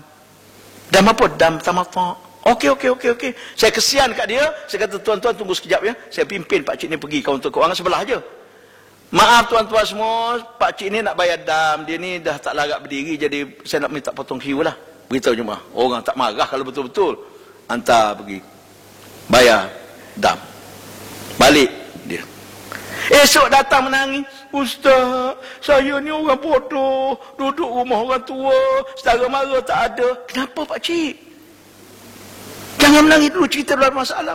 Saya tak tahu ustaz, saya mari haji ni orang bagi duit je. Tak mengaji. Saya tawaf umrah baru 50 singan. Dia daripada Madinah sampai ke Mekah. Ke Mekah pergi tawaf. Lepas tawaf 50 singan pening, dia pun duduk tepi. Kawan-kawan duduk tepi. Orang pergi sa'i gunting. Orang balik, dia pun balik. Sampai ke bilik orang tukar pakaian, dia pun tukar pakaian. Tak tahu. Kata tak apa je, jangan risau. Jangan menangis, kata. Di sini Allah Ta'ala hantar, dia bantu kita. Janji kita dekat dengan Tuhan.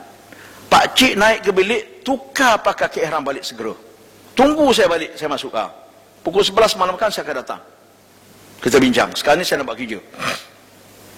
Okey. Jadi Pak Cik tu pergi, saya tanya budak-budak yang kerja dengan tabung haji, budak Indo, budak petani, budak Indo dari situ. Okey, kita ada satu amanah Allah Ta'ala hantar kat kita. Ni benda ni jarang-jarang berlaku. Seorang Pak Cik ni duduk rumah orang tua, tak ada saudara mara. Syarikat ni bagi duit kat dia cukup-cukup bayar kepada tabung haji. Bekal tak ada satu sen pun. Duit dia sendirilah, yang duit Jabatan Masyarakat tu ada 500 dalam akaun. Saya dah pergi cek akaun dah. Jadi Pak Cik ni baru tawaf 5 pusingan. Masih kurang 2, sa'i belum, gunting belum. Masih dalam ihram umrah. Jadi saya nak tanya awak semua, siapa nak bantu Pak Cik ni? Saya akan bayar sagu hati, bukan dibayar upah. Sagu hati. Berapa ustaz nak bayar? Berapa kamu nak? Upah biasa 300. Kata seorang budak, kalau 100 boleh ustaz? Boleh. Ustaz nak ambil duit kat mana? Itu kerja aku. Okey, kita lah 100 kan? Jadi rezeki Allah Ta'ala ni memang buka. Saya pergi di kaunter keuangan tanya, awak tahu tak Pak Cik yang saya datang, saya akaun tadi? Cerita dia. Saya pun cerita bla bla bla bla bla. Ada orang 5, 7 orang, 8 orang. Pak Cik tu kat mana ustaz? Ada kat atas tingkat 11. Boleh jumpa? Boleh. Kawan ni pergi sedekah dapat 1000 dia malam tu. Rezeki Allah Ta'ala bagi. Itulah pertama saya jumpa manusia miskin. Balik beg kecil, mari beg kecil. Biasa kita balik satu beg, bagi satu beg, balik 3 beg. Ya kan? Itu satu-satunya orang yang tak ada duit betul. Kan? Ini yang boros ni banyak. Beli, tak ada duit. Telefon anak masuk duit kau aku tak bagi. Anak pun menyampah dah tu. Kan? Okey. Berjimat cermat. Amanah kena jaga. Hak orang jangan ambil, barang orang jangan ambil. Tak usah teruja. Ada rezeki kita dapat, tak dapat tak apa. Jangan berkelain-kelain berebut. Kalau tuan-tuan tengok kat sana orang berebut, ya Allah. Musim haji orang sedekah ramai, tapi yang sedekah kena duduk atas lori, bungkus nasi campak berdebu. Kalau tidak dengan dia kena terkam. Lori bergoyang ni. Tu, berebut makanan tu. Jadi, Allah Ta'ala tunjuk macam-macam kita kat sana. Jadi kita kena ambil. Sebab tu ulama kata amanah kena jaga, akhlak kena jaga, ya kan? Rezeki dapat orang bagi ambil, tak dapat tak apa. Jangan pergi komplain, kenapa saya tak dapat? Ya kan? Wallahu a'lam. Dulu-dulu pergi kita ni masak sendiri. Kalau cerita dulu, mak saya apa semua dulu pergi masak sendiri. Balik masjid, tekan pam semawar tu kan. Tak song masak. Harun Babur, saya kenal Datuk Harun Babur ni, sekarang masih hidup dia. Dia di PTD. Dia jadi ketua pengarah Risda. Saya kerja Risda tu. Habis Risda, kontrak Risda 2 tahun, dia hantar jadi CEO tabung haji. Malam perpisahan tu, saya sempat sembang dengan dia lah. Apa Datuk nak buat dengan tabung haji? Kita tengoklah di sana apa keperluan. Dia sampai tabung haji, pertama dia buka tabung haji mini. Pasal nampak orang nak jumpa tabung haji susah. Dulu bukan hari-hari boleh keluar duit. Lepas tu dia keluar duit boleh hari-hari. Masuk boleh hari-hari. Lepas tu sampai ke Mekah, orang sibuk duk masak. Dia kata rugi masa kalau iktikaf masjid lagi baru. Kita buat makanan bermasak, supply. Baru mula makanan bermasak. Saya tak ingat tahun berapa. Tapi dia keluar daripada Risda ni, saya di Melaka 90-an lah. 90-an ke sana. Baru dia tubuh tabung haji mini dan sebagainya. Dulu kita nak balik daripada balik haji, peraturan Saudi kena ada 24 jam di airport. Kena 24 jam sana di Jeddah tu. Jadi pergi dulu melepak mata-kata. Oh, Datuk Arub Babur kata tak boleh. Datuk Arub Babur sewa satu bangunan dipanggil Madinatul Hujjaj. Bangunan dormitory ya. Tapi daripada lepak kat sana sini ada makan, di supply, ada tempat mandi apa semua, ada surau boleh semayang. Bangunan itu bekas tahanan orang tu asal-asal dekat airport lama, dipanggil Matar Qadim, airport lama. Saya banyak kali duduk situ. Dulu orang pergi haji, pergi umrah yang tak ada visa ni tangkap masuk tahanan sinilah, sementara hantar balik. Lepas tu dah tak ada, sekarang dah ada airport baru, jadi dia buatlah, dia sewa dah, murah lah situ untuk bagi kita duduklah 2 malam, 1 malam, biasa 1 malam lah, pasal kita kena 24 jam. Sekarang ini dah 3 tahun dia panggil check-in, city check-in. Kita check-in di Mekah lagi, barang ditimbang kita di Mekah, kita kena ada di airport 6 jam. Jadi tak payah duduk lah Madinatul Hujjaj. Sekarang ni pembaharuan yang terbaru lah. Harun Babur buat bahan bermasak apa semua, apa ni, makan apa semua ni, sehinggalah kita clean. Arab puji kita sewa bilik hotel tak usah. Pernah kami sewa, kamu 1 tahun saya bawa package swasta, sewa satu bangunan, sembang dengan tokai hotel kata dulu aku sewa ke India. Setiap kali jamaah haji balik aku kena cap balik. Pasal semua berminyak. Goreng ikan lah apa semua dari bilik tu kan.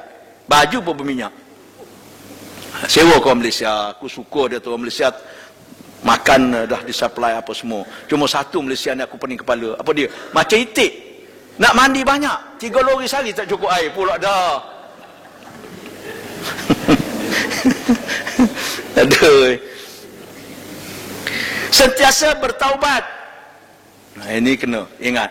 Bukan kita sentiasa tiap hari sembahyang sunat taubat, berzikir, bertaubat, beristighfar dan sebagainya. Ingat mati. Kan ingat mati. Tak ke mana kita ni? Pusing lah sekali. Kalau ada kubur. Kalau ada tu belum tahu lagi ada tak ada. Kan MH370 sampai sekarang tak tahu kat mana. Tu tak? Dalam tu bukan main lagi, profesional ada, apa semua ada, macam-macam ada kan. Harta berlambak-lambak. Tapi kubur tak ada juga. Tak apalah. Alam barzakh juga nama dia. Dalam perut ikan pun alam barzakh. Itu pun sekarang kita ni ke bumi atas darat kalau pergi haji. Zaman dulu masuk laut. Mak saya sampai sekarang tak makan ikan besar. Pasal kita tengok mayat mati kan atas kapal, dia ikat besi kat kaki, masuk dalam air lah. Kejap naik kain putih semua. Orang tak ada dah. Jadi saya sekali mak saya datang ke rumah nak beri makan mak kan. Belikan bawah besar, bawa sweet sour beri makan. Edang kat dia ketawa. Kih. Kenapa mak? Mak tak makan ikan besar. Kenapa ikan besar sedap? Mak ingat lagi ikan yang makan mayat kat laut, dia kata.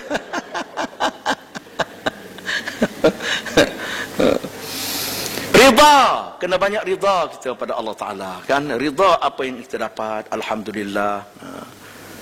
Orang Malaysia tak ada lagi yang tidur kaki 5, tak ada lagi setakat ni. Dia pergi haji. India ramai tidur kaki 5. Pergi tak ada hotel, dia tarik beg mana-mana pergi pun. Sampai ke Malaysia pun, Bangla, mari ke Malaysia pun, duk tarik beg tepi jalan. Entah apa, kita pun tak tahu kan. Kat Mekah je kan. Wallahu a'lam. Bersyukur pada Allah Ta'ala, kena banyak bersyukur pada Allah Ta'ala, insya-Allah Allah Ta'ala akan bagi Ibadah haji menghapuskan dosa, menghapuskan sifat-sifat tercela. Pertama, nak hapuskan sifat pemarah.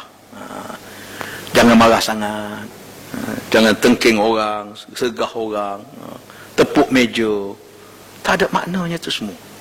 Orang tak heran pun, orang ketawa je kita kat belakang. Saya jumpa ni tepuk meja, berdebung tepuk meja. Tu imam sujud sejadah, dia tak faham, dia tepuk meja. Ustaz buat apa?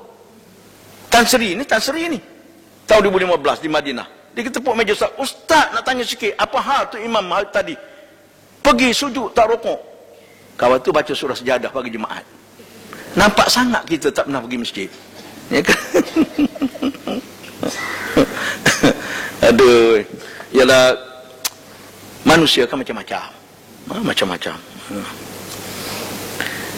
Takabur, sombong. Tak payah tunjuk kesombongan kita, ketakabur kita ni tak payah. Buat seperti manusia biasa. Seperti manusia biasa. Riak. Nak nunjuk-nunjuk dan sebagainya. Tak payah. Sebab tu kita, selain pada keselamatan lah, selamatan kita tak benarkan jemaah haji bawa emas perak pergi, bawa barang kemah lah ke Mekah. Takut hilang. Bukan apa-apa hilang. Nak simpan kat mana? Ya kan, kalau duduk hotel 5 bintang, simpan ke ada peti besi pun dah nak hilang, dengan peti-peti dia hilang. Usah peti besi di hotel, peti besi kat surau pun hilang. Okay. Tong peti besi kat masjid ni tak boleh nak hilang, nak angkat seorang tak larat. Ya kan? Surau taman saya tu dulu dengan tong-tong dia bawanya pergi. Last kali pergi peti macam ni, barulah. Paling kuat dia mancing lah. Ya kan, datang mancing chewing gum, dia ulur, dia pun tarik. Rezeki dia banyak, 50 dapat. Rezeki sikit, RM1 dapat. Penting diri, ini banyak. Nampak penting diri. Ada orang pergi Mekah bawa serunding. Pasal makanan kat sana tak sesuai. Dia makan menghadap ke dinding. Ada. Saya pernah bawa jemaah umrah Ramadan, 10 orang je. Saya tak bawa, saya jadi jemaah, tapi dia orang tumpang. Saya bayar, bukan saya jadi mutawif, tak. Jadi dah susah, kami kena tipu di syarikat. Sampai ke Madinah, janji hotel lain, duduk hotel lain. Kebetulan yang supply makanan di Madinah ni kenal saya.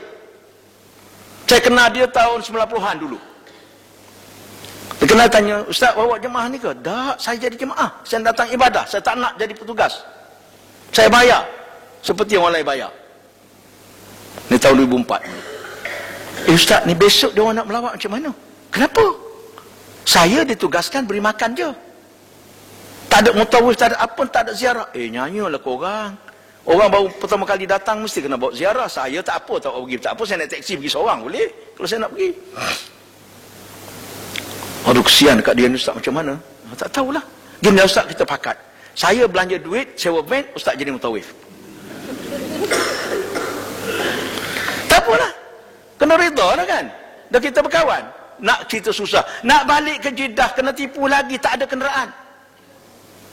Haji Dolah nama dia. Ustaz, nak balik Jeddah ni macam mana? Kenapa? Ini kenderaan pun tak ada. Allahu Akbar. Zaman tu bukan ada macam sekarang boleh cucuk-cucuk ATM apa semua. Saya kata saya pun duit tinggal berapa ratus je dah. Dah kita nak balik dah. Mekah dah pergi dah. Habis macam tak apalah ini saya pun panggil lah 10 orang bincang. Tuan-tuan, kita ni ada masalah sikit. Pasal begini. Saya datang ni saya tolong jadi mutawif dan sebagainya, saya tolong. Saya bukan bertugas. Saya bayar duit sebagaimana tuan bayar. Tapi mungkin saya mutawif, Allah Ta'ala bagi pahala kat saya. Kita nak balik tak ada kenderaan. Begini cerita. Jadi saya pun duit ada berapa ratus je.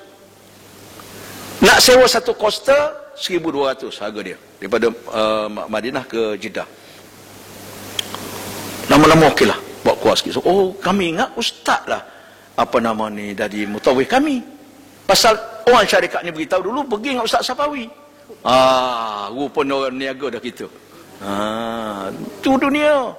Kan dunia tu. Orang niaga ibadah pun orang niaga sekarang, sebab tu orang tipu pergi umrah banyak. Ya kan, jangan heran. Okeylah, mereka cerita dapatlah kami kumpul duit sewa coaster. Sewa coaster pergi sampai ke Jeddah. Orang Mekah bawa mari tiket dengan Zam-Zam dan sebagainya. Salah pula terminal. Ya kita tak tahu bab urusan tu. Saya pergi terminal internasional, naik Jordanian Airline.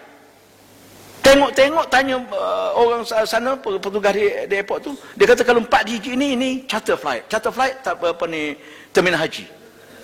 Terminal haji daripada situ nampak tapi kena pusing jauh 15 km. Sewa pula van pergi. Dah sampai di sana, kemah barang apa semua dah siap apa semua. Di antara kami 10 orang tu ada satu couple senyap-senyap pergi minum, berdua je dia. Tengok. Pergi minum berdua je. Saya tengok kelih daripada jauh. Ni orang ni boleh kawan ni sampai bila-bila. Nak tengok penting diri tu yang saya nak cerita. Saya tak tidur malam tu, takut terlepas kapal terbang. Tak tahu gate mana lagi nak pergi tanya Arab, tunggu dulu. Tak tidur saya. Orang lain tidur lah, tak apa lah. Kalau tidur semua, tak balik semua. Allahu a'lam bissawab. Malas. Ada juga malas. Kak, tak pergi masjid kak? Nak jibat tenaga. Umrah tak buat, masjid tak pergi, semai kat hotel je. Tenaga apa nak jimat? Nak pergi wukuf, dia nak wukuf ni berlari 100 meter. Ni kan? Itu pemalas. Orang jimat tenaga ni, dia pergi hari ni, mungkin besok tak pergi, takut letih. Lain cerita, ni tak pergi terus. Kufur nikmat. Allah Ta'ala bagi nikmat, tidak rasa, tidak bersyukur. Hasad dengki berlaku. Kadang-kadang ni, ya Allah. Okey, saya cerita satu cerita. Dah cerita ke belum? Tentang kapal-kapal, saya dah cerita ke belum? Belum ya? Saya pergi haji. Kita duduk asing. Isteri bilik lain, suami bilik lain. Orang tak pernah berpisah dengan bini macam saya ni. Ya kan? Saya, orang rumah dah pantang, saya tidur satu bilik dengan dia. Pasal tu saya tak pantang balik kampung. Kampung tak boleh. Ya kan? Kalau saya tak tidur sebilik dengan dia, anak bangun malam, siapa nak tolong? 10 orang anak, orang rumah beranak, saya tak beranak lah. Tak pernah kami tidur pisah. Mak saya datang, mak pula risau, asyik suluh nyamuk malam-malam. Mereka jadi makan apa ni, tidur terpisah, makan bersamalah. Nak makan bersama, kami beli makanan, balik celah lorong hotel tu kita bentang tikar, duduk makan. Hari ni saya, Ustaz, seronok makan. Yalah, kita tidur dah asing-asing. Makan asing juga tak kena lah. Besok makin ramai. Ada orang report kata Abang Haji, tingkat 10, tingkat 8. Tingkat 8 tu ada orang berkapa-kapa. Orang kata Abang Haji berdatang. Saya tak bercam sangat Abang Haji pada masa itu, tak biasa lagi. Haji, ada tengok apa ni? Semak apa ni? Dah nak tengok ustaz lah, dia kata. Dia kata, ustaz. Kenapa? Ada orang report, kat sini ada orang berkapul-kapul. Memanglah, berapa kapul ni kata ada. Ada pergi report, dengki. Yang report tentu tak ada kapul.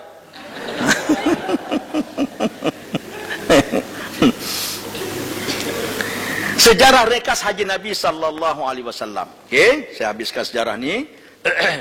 Pertama, Nabi berlepas daripada Madinah pada 25 Zulqa'edah tahun ke-10 Hijrah. Ni kita ambil reka-reka. Haji Nabi buat haji, dia berlepas daripada Madinah di rumah dia pada 25 hari bulan Zulqa'edah tahun ke-10 Hijrah. Kemudian bermalam bersama 90,000 orang jemaah pada masa itu. 120,000 dah sampai Mekah, campur-campur dalam perjalanan. Bermalam di Zulhulaifah atau Bir Ali. Nama asal tempat tu Zulhulaifah. Nabi bermalam malam tu di Bir Ali. Okey, satu malam. Lepas tu besoknya, pada keesokan harinya, mana pada 26 Zulqa'edah, Nabi bernaik ihram dan bertalbiyah. Nabi naik ihram di Bir Ali. Lepas tu mikot sekarang Bir Ali tu. Okey, bernaik ihram apa bertalbiyah tu jalan ke Mekah. Dalam riwayat dikatakan apabila Nabi naik atas bukit, dah perjalanan ada bukit Bukau, naik unta, bukit yang tinggi, Nabi talbiyah lagi kuat. Nak beritahu orang ramai ini rombongan haji. Sebab tu kita pergi haji kena talbiyah. Talbiyah pula kuat. Tapi yang paling afdal, laki-laki kuat daripada perempuan. Terbalik sekarang, atau apa, perempuan lagi kuat daripada laki-laki. Labbaik Allahumma, laki-laki sambil nak tidur. Okey, bernaik ihram dan bertalbiyah, masuk ke Mekah pada 4 Zulhijjah. Dalam perjalanan Rasulullah sallallahu alaihi wasallam sampai 4 Zulhijjah baru masuk ke Mekah ke Bi'ru Tuwa. Nama setelah itu sampai sekarang masih ada lagi Bi'ru Tuwa tu. Maknanya 26, 27, 28, 29, 30. 1, 2, 3, 4. Daripada rumah dia 25. Jadi 9 hari 9 malam perjalanan Nabi SAW baru sampai ke Mekah. 9 hari 9 malam. Kita sekarang 7 jam sahaja. Bayangkan berapa persen saja daripada haji Nabi itu kita. Ya. Okey. Membaca doa melihat Kaabah. Okey, cerita dia jelas-jelas tu sampai di Mekah di Bi'ru Tuwa. Nama Bi'ru Tuwa. Nabi bersuci di Bi'ru Tuwa, dah siap semua baru pergi ke Masjidil Haram.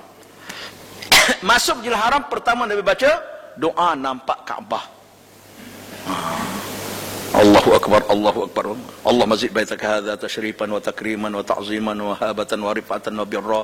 Wazid ya Rabbi man syarrafahu wa karramahu wa azzamahu mimman hajahu wa tamaru tashrifan wa takriman wa ta'ziman wa habatan wa rifatan wa birra. Dalam buku doa dia. Nak mudah sampai ke Mekah, tulis photostat ke? Alah sekarang ada handphone pump picture je. Nampak Kaabah baca 5 hari hafal. Berapa kali sehari dia baca tu? Pergi Zuhur baca, pergi Asar baca, Maghrib baca, pergi Subuh baca 4 kali sehari. 5 hari, 5 ke 4, 20 kali dia baca. Ingatlah dia. Okey. Okey, Nabi baca doa nampak Kaabah. Nabi tawaf 7 keliling. Sebab tu pandangan mazhab Syafi'i, Nabi buat haji ifrad. Tawaf ni apa? Tawaf kudum. Bagi mereka yang menjalankan haji ifrad. InsyaAllah besok kita cerita detail bab haji ni. 3 jenis haji saya akan cerita detail. Cuma saya akan dahulukan dengan haji tamattu' pasal orang Malaysia 80% buat haji tamattu'. Okey. Tawaf 7 keliling. Lepas tawaf Nabi salat 2 rakaat di belakang makam Ibrahim, namanya salat sunat tawaf. Salat 2 rakaat. Lepas tawaf Nabi pun minum air Zam-Zam. Batu kita lepas tawaf disunatkan minum air Zam-Zam. Nak minum air Zam-Zam kena ada air. Nak ada air kena bawa air. Betul tak? Batu saya sebelum tawaf saya berhenti isi dulu botol dengan air. Sebab lepas tawaf kan tak payah cari mana tong Zam-Zam. Musim haji tong Zam-Zam lagi sikit pasal dia nak taruh orang. Tu. Minum Zam-Zam. Lepas tu bersa'i antara Safa dan Marwah sebanyak 7 kali. Pergi sa'i lepas tawaf. Dalam mazhab kita pandang sa'i ni sa'i haji. Sebab tu kita lepas tawaf kudum dibolehkan sa'i haji. Walaupun belum wukuf. Nanti kita cerita. Sebab tu dalam haji dipanggil tertib pada kebanyakan rukun. Tidak macam umrah. Okey, lepas sa'i Nabi berdoa di Bukit Safa atau Bukit Safa. Begitu juga Bukit Marwah. Habis cerita setakat tu. Tak cerita Nabi cukup. Sebab haji ifrad. Tak cerita Nabi cukup kepala sini. Okey. 8 Zulhijjah Nabi duduk sampai 4, 5, 6, 7 3 hari. Dia ke Mekah tak lebih 3 hari. Hari ke seterusnya 8 Zulhijjah bergerak pergi ke Arafah. Nabi pergi Arafah 8 Zulhijjah. Bergerak Arafah 8 Zulhijjah berangkat ke Mina. Nabi ke Mina. 8 Zulhijjah Nabi bergerak ke Mina dan bermalam di Mina. Malam tu bermabit atau bermalam di Mina. Okey. Pada 9 Zulhijjah menuju ke Arafah, berkhutbah di Arafah. Pagi lepas subuh 9 Zulhijjah, pagi besoknya bergerak ke Arafah. Sampai ke Arafah, masuk waktu zuhur, Nabi pun berkhutbah. Masuk tu Nabi khutbah. Okey, khutbah Arafah nama dia. Okey. Lepas tu pada malamnya Nabi berlepas ke Muzdalifah, lepas maghrib. Lepas maghrib Nabi bergerak ke Muzdalifah. Nabi khutbah, solat jamak takdim zuhur dan asar dan berdoa sampai ke maghrib. Ni masa mustajab ni, doa ni. Sama maghrib Nabi berlepas ke Muzdalifah maghrib selepas terbenam matahari. Okey, sampai di Muzdalifah apa Nabi buat? Bermalam di Muzdalifah. Sampai Muzdalifah Nabi jamak takhir maghrib dan isyak di Muzdalifah dan bermalam di satu tempat bernama Masy'aril Haram. Ke tempat tu ada masjid sekarang. Satu-satunya masjid yang ada dibuka setahun sekali je. Okey. Di Masy'aril Haram. Pada pagi 10 Zulhijjah lepas subuh, pas mai subuh, Nabi terus ke Jamarah melontar. Pergi melontar. Daripada Masy'aril Haram tu ke Jamarah lebih kurang 8 km. Berat pergi melontar. Namun sebelum itu Nabi lepaskan orang-orang uzur, orang tua-tua pergi melontar dulu. Sebab tu kita boleh melontar selepas tengah malam. Tak mesti tidur sampai pagi. Tapi afdal tidur sampai pagi. Tapi tidak semua orang dapat. Sama dengan wukuf, tidak semua orang dapat berlepas ke Muzdalifah selepas maghrib. Pasal sekarang jemaah dah ramai. Kita gerakkan jemaah sebelum maghrib, 10 minit sebelum maghrib.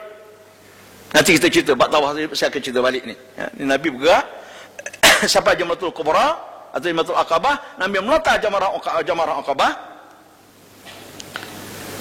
Kemudian Nabi nyembelih korban. Lepas melontar belum cukup, Nabi sembelih korban dulu. Berapa banyak Nabi korban? 100 ekor unta. Kita seekor lembu pun satu kampung dah bising. Nabi korban 100 ekor unta. 10 ekor Nabi sembelih sendiri. 90 lagi Nabi serah pada Sayyidina Ali menguruskan. Ali kata, aku tak mampu nak sembelih semua, sebahagian aku sembelih, sebahagian aku upah orang. Tapi tidak boleh upah dengan daging korban. Kena upah dengan duit lain. Berapa banyak kita beri tukar sembelih, upah dengan daging. Menyalahi sunnah. Jangan sibuk, tak habis ku sahaja kak. Dah masuk bab korban pula. Okey. Okey, menyembelih korban, lepas sembelih korban, bercukur, baru Nabi bercukur. Perbuatan Nabi ini terpisah. Pandangan fuqaha berbeza. Nabi bermalam di Mina sebelum pergi ke Arafah. Dalam mazhab Hanafi wajib, dalam mazhab Syafi'i sunat. Nabi bermalam di Muzdalifah selepas wukuf, dalam mazhab Syafi'i wajib, mazhab Hanafi sunat. Nabi melontar jamarah, sembelih korban, baru cukur, mazhab Hanafi wajib, mazhab Syafi'i sunat. Ada perbezaan tu, ada hikmah. Ya kan, kalau tidak kita semua nak tunggu sembelih korban dulu, mungkin pagi esok boleh cukur kepala. Betapa ramai sekarang korban nak diuruskan. Okey, bercukur. Saya pernah urus jamaah Hanafi ni. Orang Malaysia keturunan Pakistan bermazhab Hanafi. Kursus dengan saya di Malaysia. Sampai ke Mekah, dia jumpa saya, ustaz, minta tolong ustaz uruskan, saya nak ikut mazhab Hanafi sebab saya mazhab Hanafi. Oh, macam mana tuan nak? Saya nak lepas saya melontar jamarah, nak sembelih korban dulu. Minta tolong uruskan korban. 5 orang. Nasib baik 5 orang. Saya sanggup lah kalau ramai. Itu pun saya kata saya nak tanya kawan dulu. Saya telefon kawan, boleh tak? Ada jemaah saya ni, dia nak melontar pasal dia Hanafi, lepas melontar nak sembelih korban. Awak boleh urus tak? Boleh ustaz, tapi harga korban pada masa itu mahal pasal harga tengah puncak. Musim raya, musim korban kan. Berapa 500 ekor pada masa itu? Harga biasa 300. Beritahu 500 ekor. Kalau nak, tak apa lah Ustaz, bayar. Saya duduk di Arafah, duduk di Mina pada masa itu. Lepas dia melontar, telefon, Ustaz, saya dah siap melontar. Okey, tunggu. Saya pun telefon ke Mekah. Tolong sembelih korban, jamaah ni dah melontar. Sembelih, dalam sejam kemudian telefon, Ustaz, semua dah mati. Beritahu dia, boleh cukur sekarang. Tu nak urus. Nasib baik 5 orang. Okey, bercukur tu amalan Nabi. Balik ke Mekah untuk tawaf ifadah. Selepas sembelih korban, hari itu juga Nabi balik ke Mekah. Sampai ke Mekah, Nabi tawaf rukun haji. Tawaf ifadah mana tawaf rukun haji. Okey. Lepas tawaf rukun haji, Nabi patah balik semula ke Mina kerana nak mabit di Mina. Malam 11. Okey? Berada di Mina, bermabit dan melontar 3 jamarah di Mina sampai hari 13. Baru habislah cerita Nabi. Bila Nabi tawaf haji? Sa'i haji. Tadi selepas tawaf kudung. Sebab tu dia tak ada cerita Nabi sa'i haji selepas tawaf haji. Okey, insya-Allah itu sekadar overview yang kita tengok amalan Nabi. Di celah-celah tu ada pandangan berbeza, pandangan fuqaha. Kita pakai mazhab Syafi'i. Jadi saya akan cerita mazhab Syafi'i. Sekali-sekala terpaksa keluar dari Syafi'i itu kerana darurat. Selagi tak, kita tak boleh buat ikut suka. Ya kan? Wallahu a'lam bissawab. Okey, dah habis pukul 10.35, 11.35. Saya ada hutang 10 minit lagi. Hutang saya ada 10 minit lagi pasal berhenti rehat minum. Okey, jadi saya nak manfaatkan hutang ini. Ada apa soalan? Okey, kalau nak tanyalah. Okey. Oh ya ya, okey, tak nampak. Okey okey, oh hari ni jauh ni. Duduk. Okey. Ada mic. Apa je?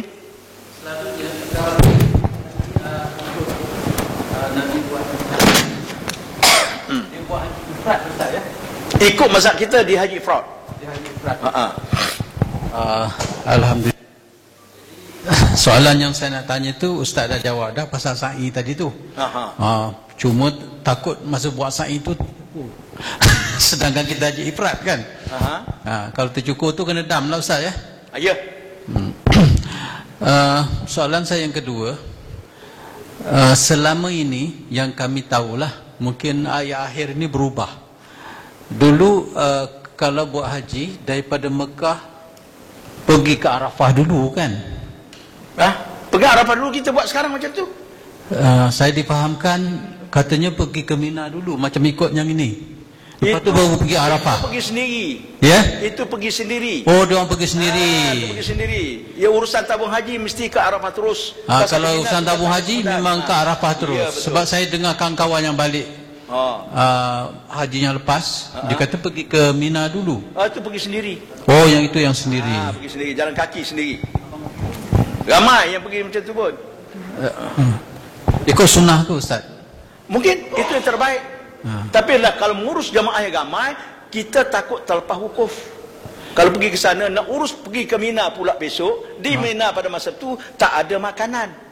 Tengah kalang kabut. Kalau pergi pula ke Arafah. Mazhab Syafi'i tidur di Mina tu sunat, terus kita pergi, kita bypass. Hanafi dia wajib tidur situ kerana dia pandangan dia wajib. Mana orang Hanafi banyakkan jalan kaki pergi ke Mina. Ada juga orang kita ikut. Tak apalah.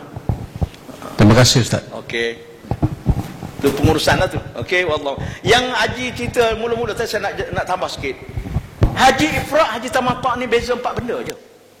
4 benda je beza. Okey, pertama